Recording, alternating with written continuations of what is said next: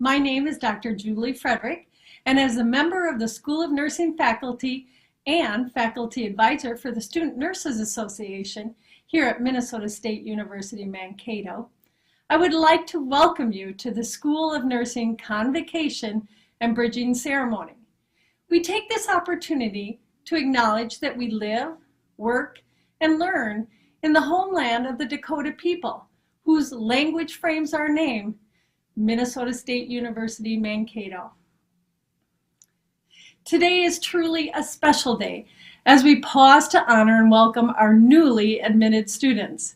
To those students that have recently been admitted to the School of Nursing, we acknowledge that each of you has spent much time, effort, and bring you to this moment. We are proud of your many accomplishments as pre-nursing students and look forward to your continued growth as we welcome you to the school. To those of you who are in your starting second, third, or final semester in nursing program, we're also proud of your accomplishments and invite you to welcome and mentor these new students as they enter into the profession of nursing. Today, as social distancing is a reality, we must be intentional and reach out to each other, maintaining interpersonal connection, sharing our positive energy with each other, strengthens us during COVID-19 pandemic. Look for new and innovative ways to mentor and stay connected. The purpose of the Convocation and Bridging Ceremony is to celebrate the many accomplishments of all of our students and faculty here at the School of Nursing, and we have a lot to celebrate. We need to recognize and support contributions made by students within the School of Nursing, and additionally, take time for us to gather and understand our values as a collective whole within our School of Nursing. Next, I would like to welcome Dr. Christine Rutherford, our Dean of the College of Allied Health and Nursing. Welcome.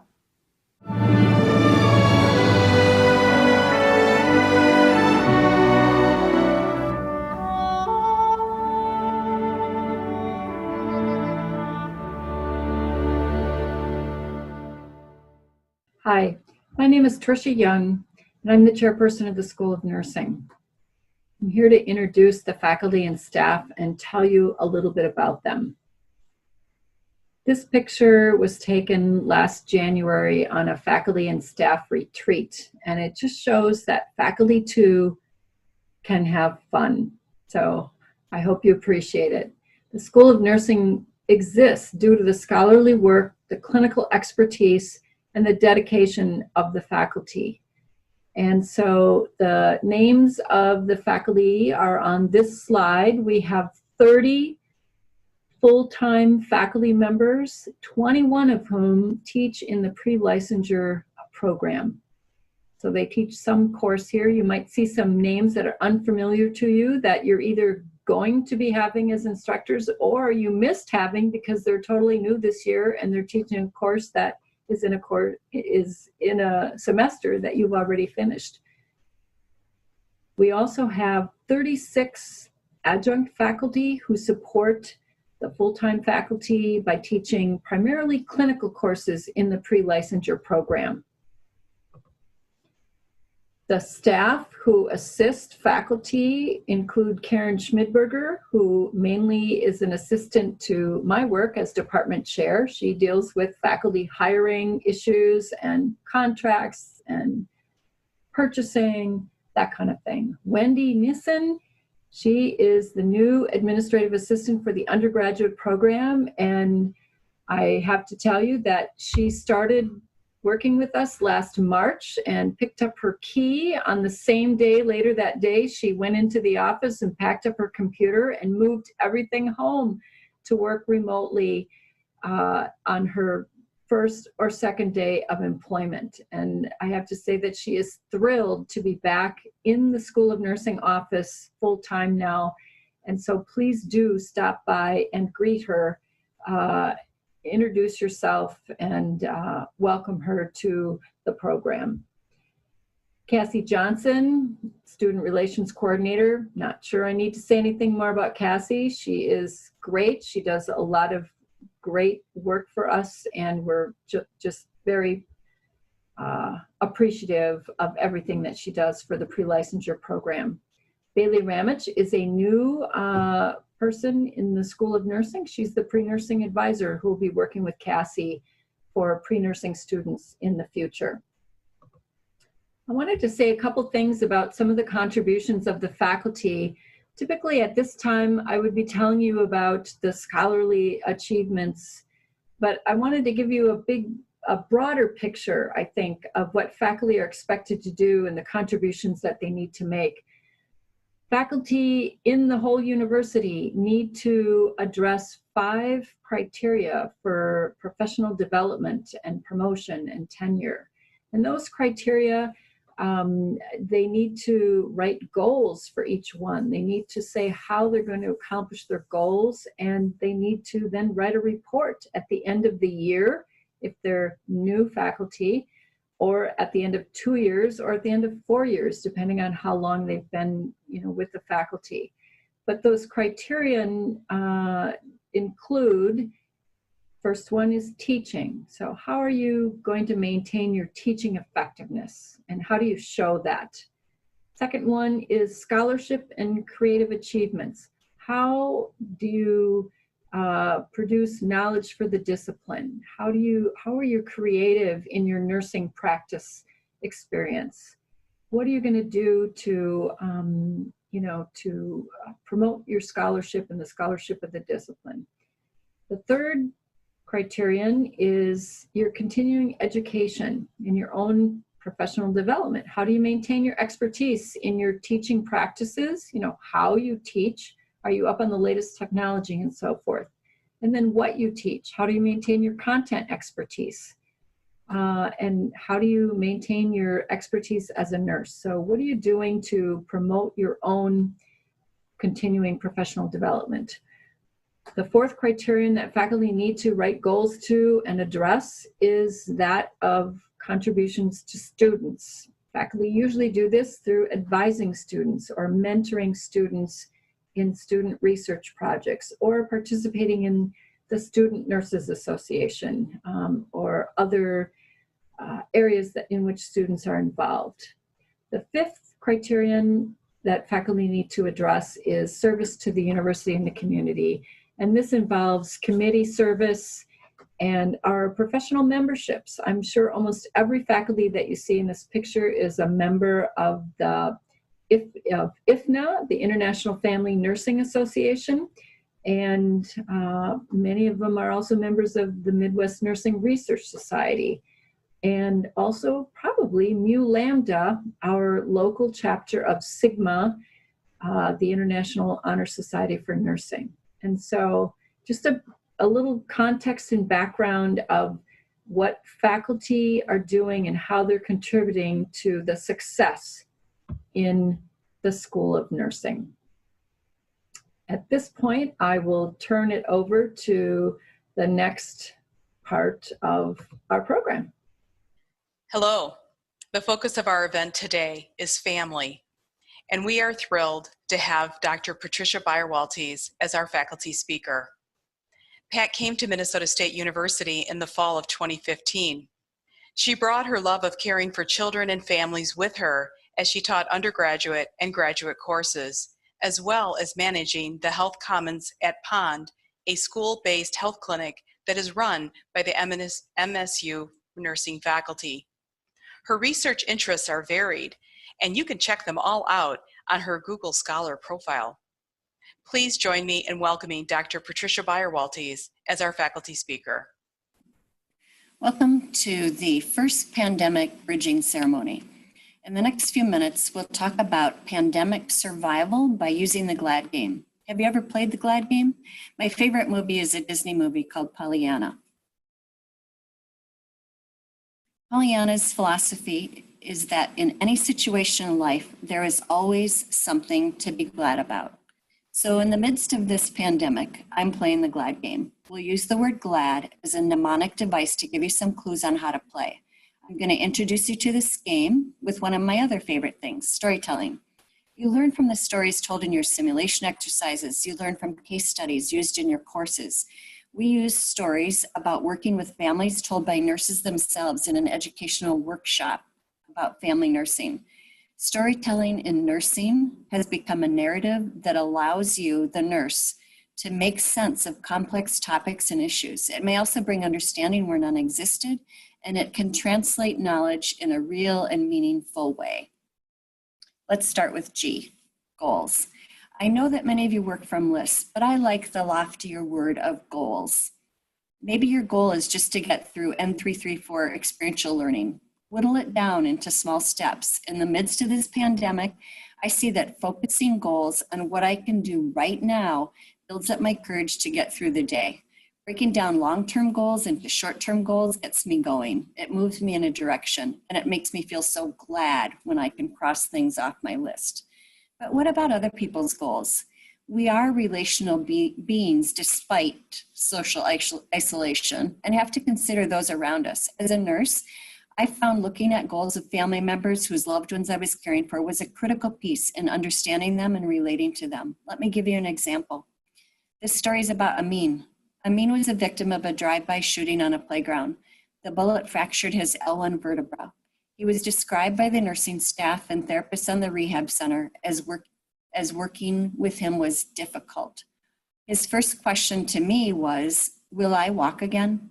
When I confirmed that his goal to walk again was reasonable, his attitude completely changed. I knew from his physical exam and imaging studies that he had an incomplete spinal cord injury, and that meant there was hope. From that day on, for Amin and his family, it was full throttle ahead. We even put a timestamp on it, 8th grade graduation. To get there, he would have to work hard. 10 months later, I was invited to his 8th grade graduation. He entered in a wheelchair, but then switched to using his quad cane and walked to receive his diploma. That walk may not have been how he pictured it when we set that goal, but do our goals have to look exactly like they did when we wrote them? They don't. As a nurse, you have the power to facilitate families and patients in realizing their goals or rewriting them to keep them moving in a positive direction. How about L, listen and learn? I'm not happy that we're in the midst of a pandemic, but I am glad for what I have learned. I've learned to be more flexible. I've learned that I must have the wrong job because I keep hearing on the radio and news about what people are getting done with their free time. What free time? I suspect you feel that way too. Many of you are working as nursing or medical assistants in places that are suddenly short-staffed. You're worried about the potential impact of isolating for 2 weeks because of COVID-19. How will it affect your academics, your clinicals, your work? What if your friends are infected or your family? Know that we as family get that. Keep the communication lines open. Our goals to have you learn a subject well may mean adjusting deadlines, changing clinical sites, or even sending you to Health Commons at Pond, where I'll make you the immunization documentation specialist for the day. I like titles. They make us feel important, but you're important, title or not. Perhaps the L in GLAD should be listen. Listen to the challenges others face. Listen to their stories. I listened to a nurse tell me she didn't think she could continue to work in PICU after losing a child she had grown close to, despite the fact that the family thanked her for her caring and support. I understood there's little gladness in illness or death, but I reminded her, where would that family have been without the thoughtful attention she gave to the child and to them? What memories would they have of that time? They would have guilt for not being there instead of the thankfulness they felt because someone was there who cared when they could not. I, for one, was glad for her compassion. Think of all the families separated because of COVID restrictions. How can you listen to them? What can you learn from them? Perhaps the L should have stood for let it go, but honestly, I didn't think I could take another reference to Frozen, so I let it go. Awareness. We need to have an awareness of how families are reacting to what is happening. Steve Covey, author of 7 Habits of Highly Effective People, says it best: seek first to understand and then to be understood. While working with second semester students at HCMC, we agreed to take a 2-year-old who had fallen out of a second-story window and suffered multiple injuries, including a head injury. I was a bit surprised when the nurse giving me a report said, "How does anyone let their child fall out of a window?" And she added that the family was distant and non-communicative. I think I understood why. They didn't ask questions. They didn't make eye contact. I grabbed a student who I thought was tuned in and we headed into the room. As soon as I'd made brief introductions, I launched in. How frightened you must have been when this happened. Which way did you go first? Up the stairs in disbelief or outside to see if the baby was really outside? That simple acknowledgement of their own trauma opened up what the family needed to talk about. Their shock, their fears that child protection would take him away, their thankfulness that it wasn't worse, their hopes for a full recovery. I was glad we opened up that awareness of how not just the child, but this entire family suffered. One more awareness lens to wear. Are we aware of the biases and racial unrest? How are we responding? As part of taking a child's history, I ask, do you feel safe? Too often the answer is no. What have you witnessed? How have you been treated? Are we aware? There isn't much to be glad about related to the events of this summer, but I am glad it has made us examine our awareness of the issues and that as individuals and as a country, we can begin to address what's been there all along. Lastly, D, don't let anyone drive you crazy. It's right nearby and the walk will do you good. How true this is. I am blessed to work with faculty members who are as crazy as I am. Don't take yourself too seriously.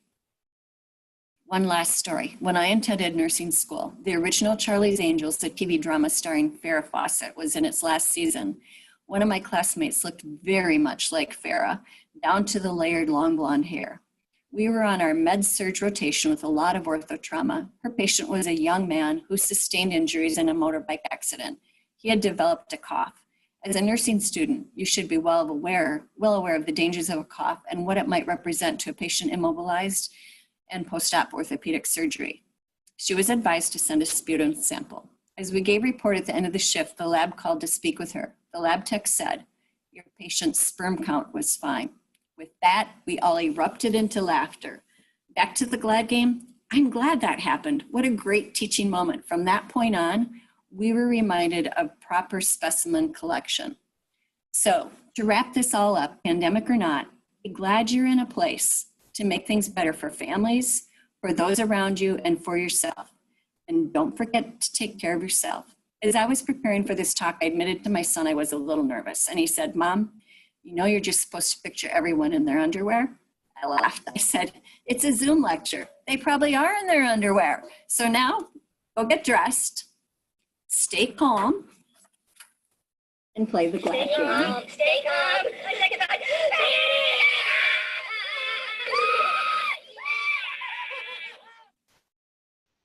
Hello. Minnesota State University Mankato nursing students have demonstrated leadership through service and scholarly work.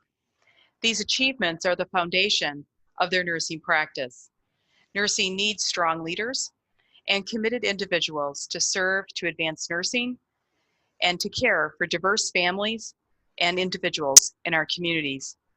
Nurses need to be consumers of research and to have the ability to apply research at the bedside. Our students, that's all of you, are demonstrating these professional attributes right now. And as a faculty, we are very proud of you, and we want to recognize your excellence. In the pre-licensure program, each semester cohort has a student representative or representatives, serving as a pre-licensure program committee student representative.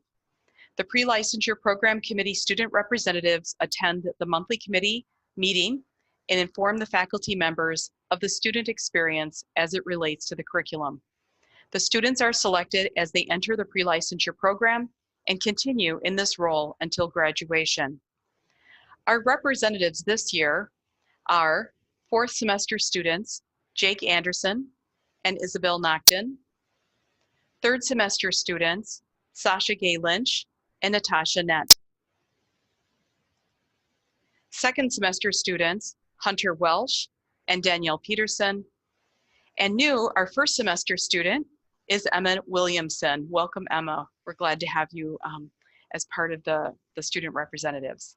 So please thank all of our student representatives for their leadership. Dr. Donald Meredith was an orthopedic surgeon who practiced here in Mankato. He and his wife established an endowment fund to support undergraduate academic scholarship to students admitted to the undergraduate nursing program. The generous endowment provides a scholarship award of $3,000 per semester for 3 semesters. To be eligible for this scholarship, undergraduate nursing students must have a cumulative GPA of 3.5 or higher at the time of application and meet other rigorous selection criteria. Our merited scholars this year are Isabel Nocton, 4th semester student, Natasha Nett, 3rd semester student, and Lauren Borrell, 2nd semester student. Congratulations to Izzy, Natasha, and Lauren for their academic excellence. Nursing research advances nursing science and our understanding of how we care for patients and families. Nurses need to be researchers and consumers of research, apply research, and nursing science at the care that we provide at the bedside. This past year, a number of pre-licensure program nursing students were involved in undergraduate research and have presented or will be presenting at conferences. We want to recognize their accomplishments. Chandler Johnson. Chandler's poster titled, "The Last Month of Life, Care and Place of Death of Individuals with Cognitive Impairment Compared to Cognitively Intact Individuals," mentored by Dr. Kristen Abbott Anderson, was presented at the Midwest Nursing Research Society Conference planned for Schaumburg, Illinois on April 2nd through the 4th, 2020. Due to COVID-19, that conference was held in a virtual format. Chandler was a part of the undergraduate student poster competition, so congratulations to her for her excellent work. That is a competition within the School of Nursing, and then her name was sent into the Midwest Nursing Research Society to represent our school. Victoria Masker. Victoria's poster is titled "Social Determinants of Health at Minnesota State University, Mankato." She is mentored by Dr. Tammy Neiman, and her poster is being presented at the Health and Biomedical Sciences Summit that is here in Mankato on October 7th, and that also will be a virtual conference due to COVID-19. Maddie Youngstrand. Maddie is working on a research project entitled "School-Based Health Issues in a Suburban Community," and she is mentored by Dr. Patricia Bayer-Waltis. And they are planning a presentation, I am told. Gao Ya Yang and Prirana Khatri KC. Their research project is titled "Prenatal Experiences of Hmong Women in Minnesota, Sociocultural and Educational Factors in the Use of Prenatal Care." They are being mentored by Dr. Laurel Ostro. They are conducting this study, and this is a pretty exciting endeavor for them. And I asked them to share a little bit about their undergraduate research project so that our students who are not involved in undergraduate research can learn a little bit more about what that is about. So please enjoy hearing from Gao Jia Yang and Prirana Khatri KC. Hello everyone, I'm Prerna Khatri. Me and my friend Gauja, we are conducting research along with our research mentor Dr. Ostro. The title of our research is "Prenatal Experiences of Hmong Women in Minnesota." So we are looking at age group 18 to 45 years old. The purpose of our research is to look at past experiences of Hmong women during their prenatal care and visits. So we are looking at the barriers they have to face during their pregnancies. So we hope that this information will help future healthcare professionals to provide stronger and more culturally competent care to Hmong population.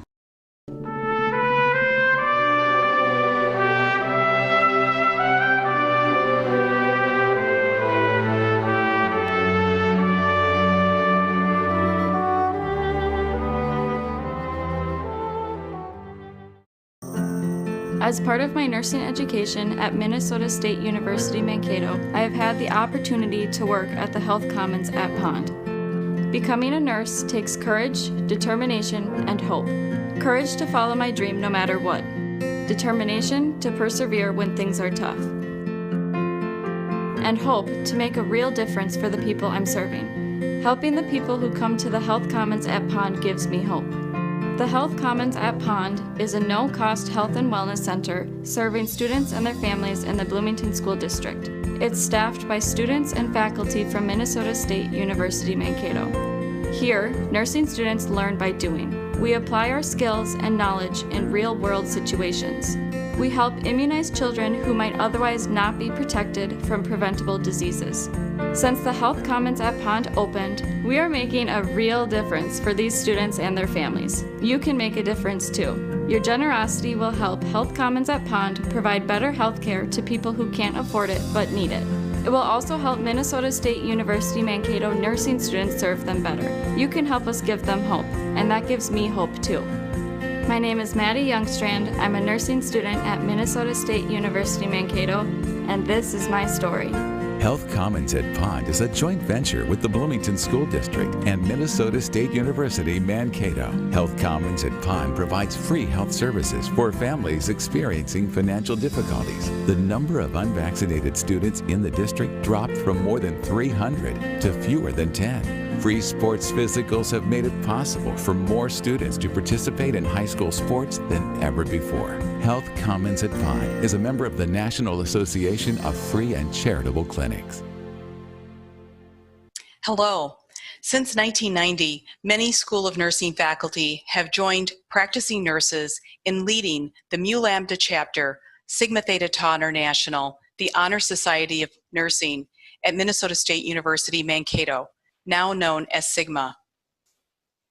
The Mu Lambda chapter joins more than 135,000 active members in over 100 countries as leaders in advancing knowledge, promoting scholarship, and professional development of nurses.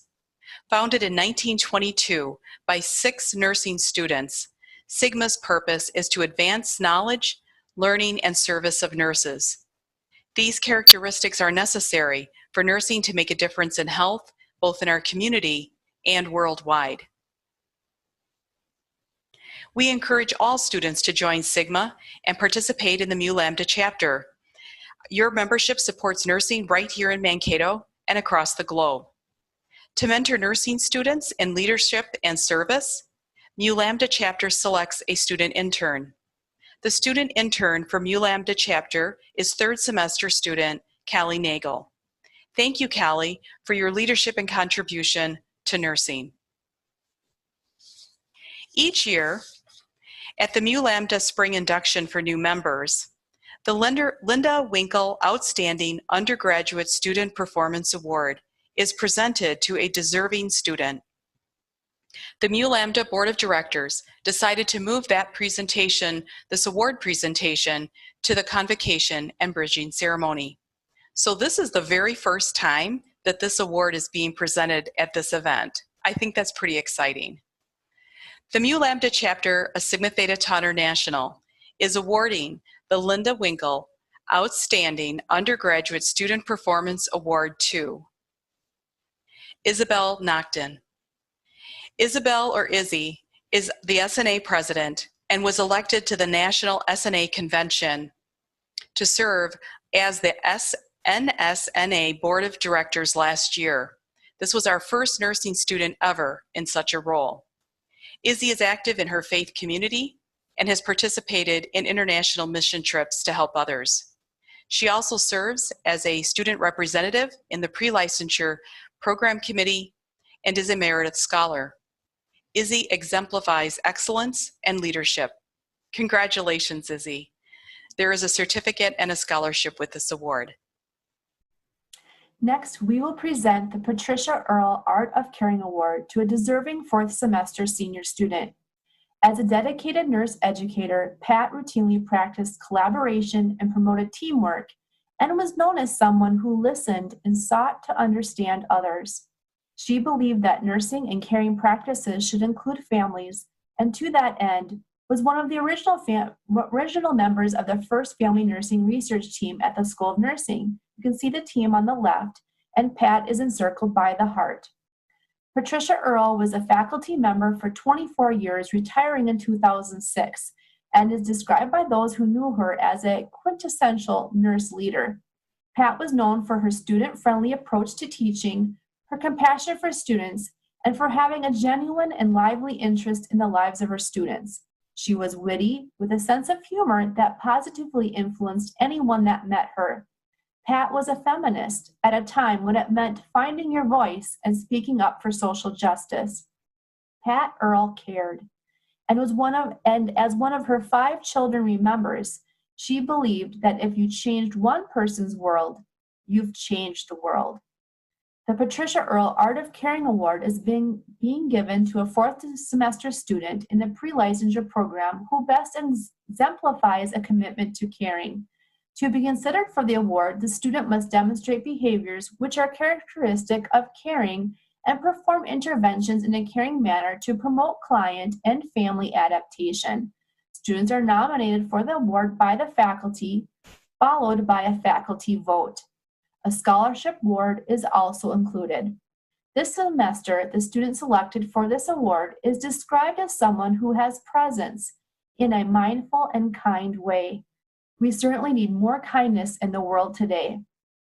Using a quiet sense of presence and caring in words and actions, this person brings peers together to find common ground as all perspectives are considered.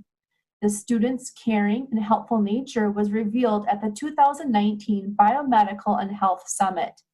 Moved by a presentation of low-income countries and a desire to help further the Sustainable Developmental Goals, he expressed heartfelt concern and demonstrated maturity and idealism in thinking. His thinking was outside of his sphere of direct personal interest, but he heard the challenges shared and he cared. His commitment to caring is not only in the usual clinical fashion as this award is often associated, but is caring within his own student community. This fall, the student selected by faculty for the Patricia Earle Art of Caring Award is Jake Anderson. Congratulations, Jake. Keep changing the world through your caring. The world needs your kindness and leadership.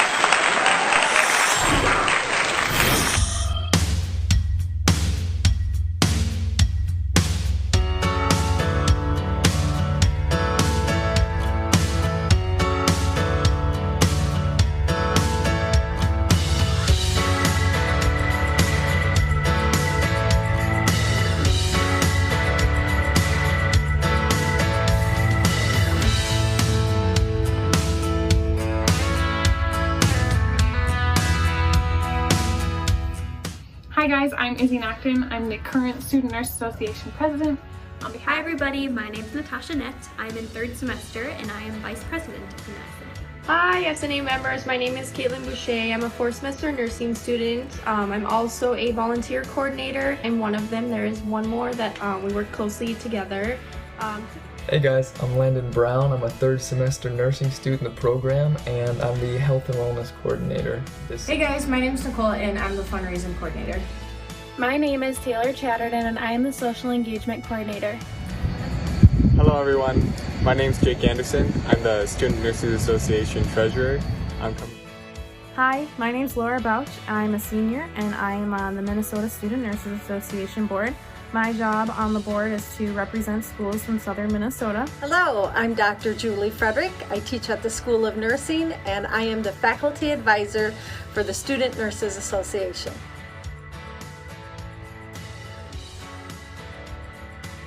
Although things may look a little bit different now, we're still excited to be having meetings this semester and hopefully having some great volunteer and events and activities that you guys can still attend.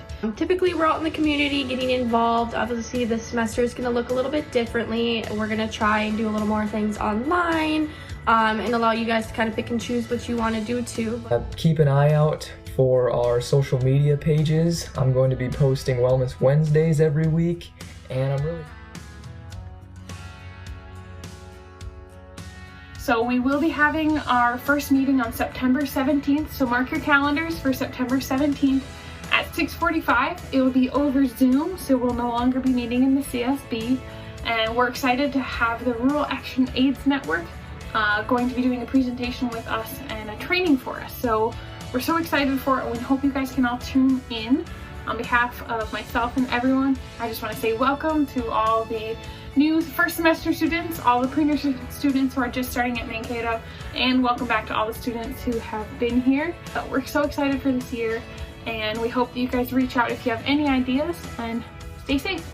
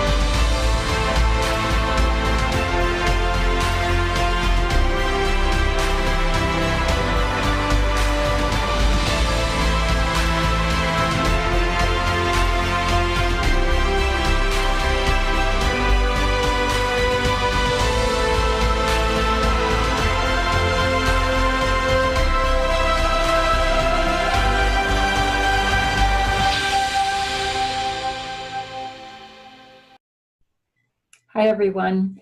Back to Tricia Young as the School of Nursing Chairperson for the concluding remarks. First, I would like to thank everybody who participated in putting this webinar together. The names are all listed here, the people you've met throughout the last hour, and then the behind the scenes people, which includes Wendy Nissen, our administrative assistant, and then Minahil Khan and Robert Peterson, who are the IT people who really put this all together. And special thanks also goes out to all the students present, because your presence makes all of our work totally worthwhile. And then what I'd like to do finally is just to introduce the new spring class of 2022. Congratulations on crossing the bridge into the nursing profession.